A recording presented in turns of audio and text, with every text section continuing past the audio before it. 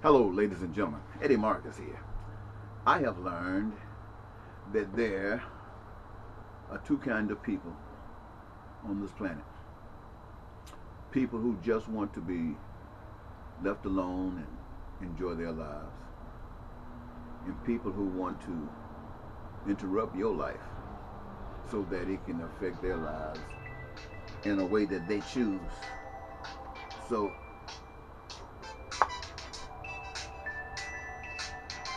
I don't know who this is right now, and I can't take this call. But what I'm going to say is this: we are living in a world where it's us against them or them against us. And I'm talking about people who want to abuse you. And the you are the people who they're trying to take advantage of. Now, why do they do this and how do they do it? Their strategy is this: is they will kill you.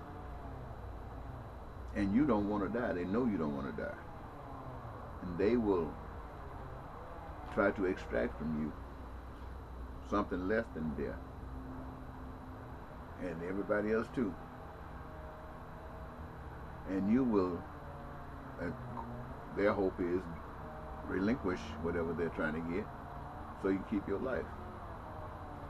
And most people do that. This is what's happening in every country in the world. The poverty that exists because, well, let me put it this way. In nations where people don't have to be poor, they got the resources. And poverty exists. It exists because there are people who want more and they exploit the others. And the others allow that exploitation to take place. Okay? The way to stop that is for the ones who are being exploited to stop taking it. You know, like a lot of times people like to say, well, God told me to do this. You got in your heart something really deep and you figure that you couldn't have come up with it, so since you got it, it must be God, especially since nobody else has it, as far as you know. But people have used that so often, and the others who were waiting for it to see it materialize never saw it. So it's almost like when you say God, then you turn everybody else off. I say God because of the reason that I just gave. But even if there were no interest according to God, I would still want it. And I still stand up, and I would stand up and speak for it. And the reason that I would do that is because there's something inside of me that says that's the right thing to do. There's something inside of me that says every human being wants their dream to come true, whether they're sitting on a rock and doing nothing the rest of their lives. Every human being wants their dream to come true.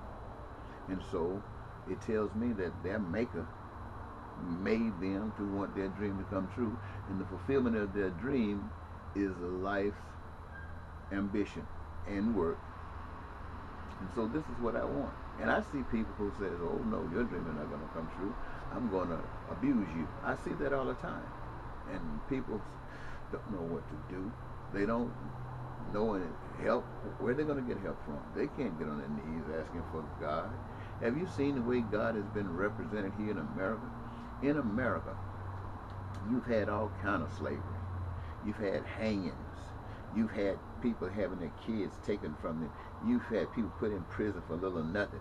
You've had all the most hateful acts on the face of the earth. And then they want to hold America up as a Christian nation. And when people are in trouble, you want them to turn around to a God who, as far as they can tell, has never lifted a finger to help them.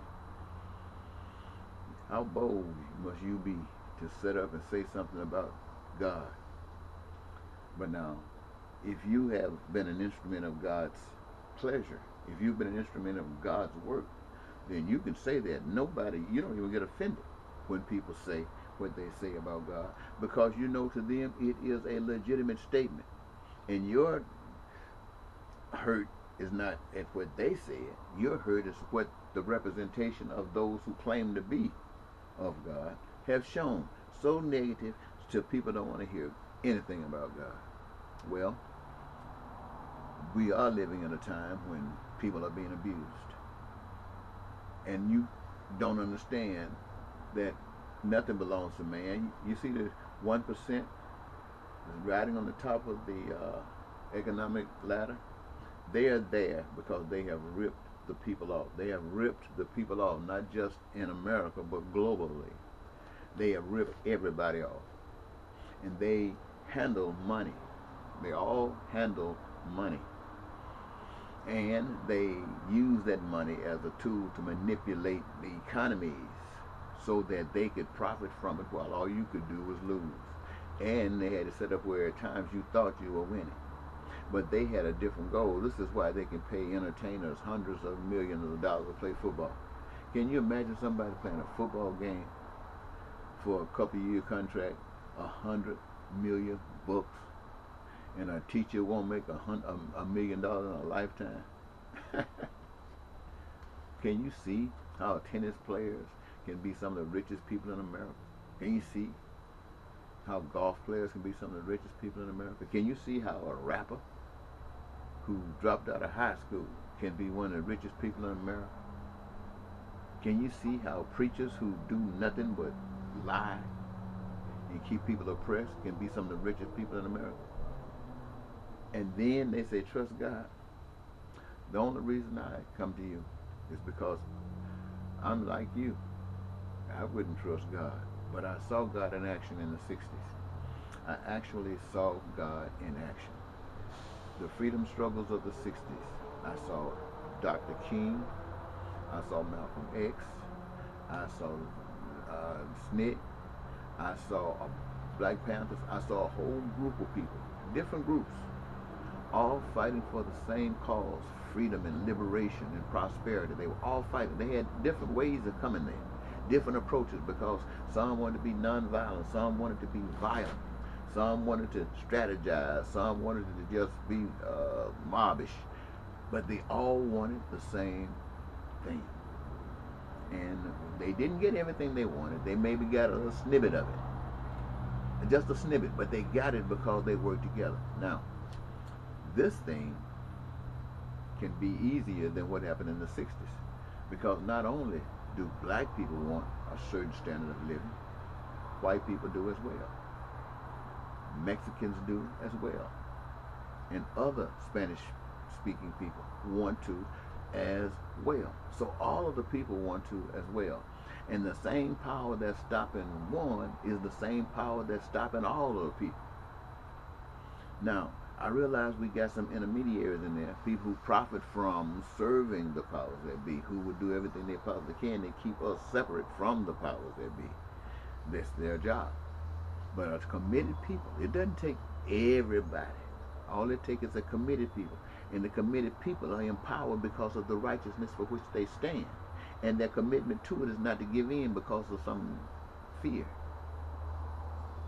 And so, if we want to get poverty, not just in America, but all over the earth, we the people who are not profiting at the expense of others.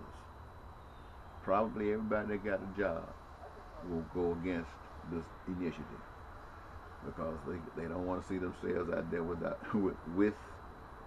a job.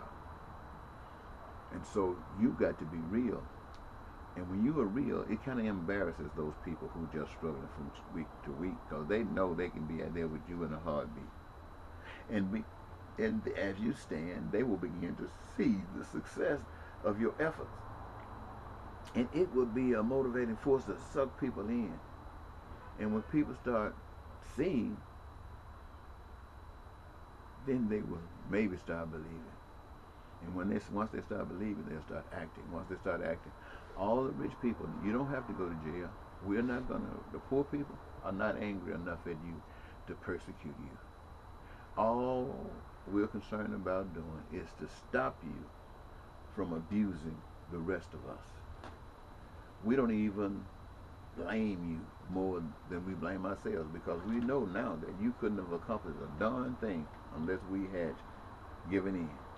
And I can say you pulled out some heavy strategies. You taught us in your schools. You taught us on your television and your radios and your newspaper. You taught us just how you wanted us to be. And lo and behold, we were just like that. But for some strange reason, there's a spirit of truth that will not be straddled and set by a faker. And even at this late date, it is still an early day. And the time is just right for the change to come. And it's a wonderful change, felt and built on the foundation of love. Not fear, not anger, not mad, not upset, but wise and for real. Bye-bye.